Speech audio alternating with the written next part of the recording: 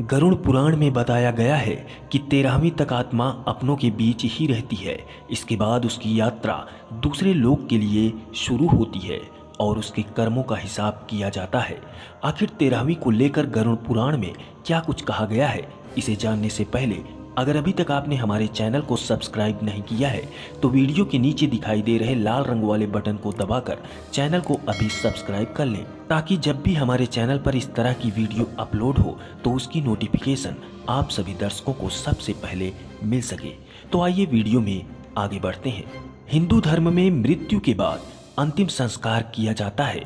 इसके बाद 13 दिनों तक मृतक के निमित्त पिंडदान किए जाते हैं और आखिरी में 13वें दिन उसकी 13वीं की जाती है। गरुड़ पुराण में बताया गया है कि 13वीं तक आत्मा अपनों के बीच ही रहती है।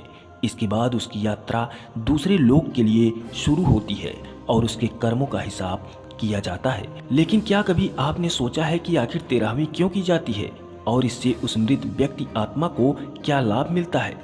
गरुड़ पुराण के मुताबिक जब किसी व्यक्ति के प्राण निकलते हैं तो यमदूत उसकी आत्मा को यमलोक ले जाते हैं और वहां उसे वो सब दिखाया जाता है जो उसने अपने जीवन में किया है। इस दौरान करीब 24 घंटे तक आत्मा यमलोक में ही रहती है। इसके बाद यमदूत उसे उसके परिजनों के बीच छोड़ जाते हैं।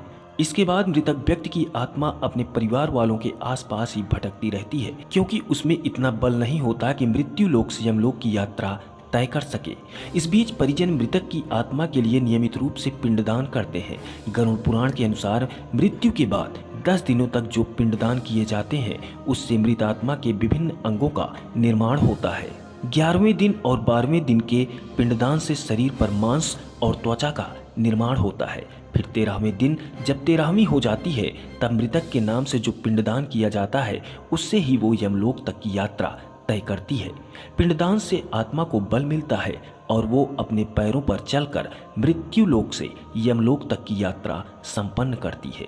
आत्मा को मृत्यु लोक से यमलोक पहुंचने में 1 साल का समय लगता है। माना जाता है कि परिजनों द्वारा 13 दिनों में जो पिंडदान किया जाता है वो 1 वर्ष तक मृत आत्मा को भोजन के रूप में प्राप्त होता है। 13वीं के दिन कम से कम 13 ब्राह्मणों को भोजन कराने से आत्मा को प्रेत योनि से मुक्ति मिलती है। साथ ही उसके परिजन शोक मुक्त हो जाते हैं। जबकि जिस मृतक आत्मा के नाम से पिंडदान नहीं किया जाता उसे 13वीं के दिन यमदूत जबरन घसीटते हुए यमलोक लेकर जाते हैं। ऐसे में यात्रा के दौरान आत्मा को काफी कष्ट उठाने पड़ते हैं। इसलिए मृतक की आत्मा की शांति के लिए 13वीं को जरूरी माना गया है। दोस्तों, आज की यह जानकारी आपको कैसी लगी कमेंट करके हमें जरूर बताएं। अगर जानकारी अच्छी लगी हो तो वीडियो को एक लाइक जरूर कर दें। फिर मिलेंगे एक नई जानकारी के साथ। तब तक के लिए दीजिए मुझे इजाजत। नमस्कार।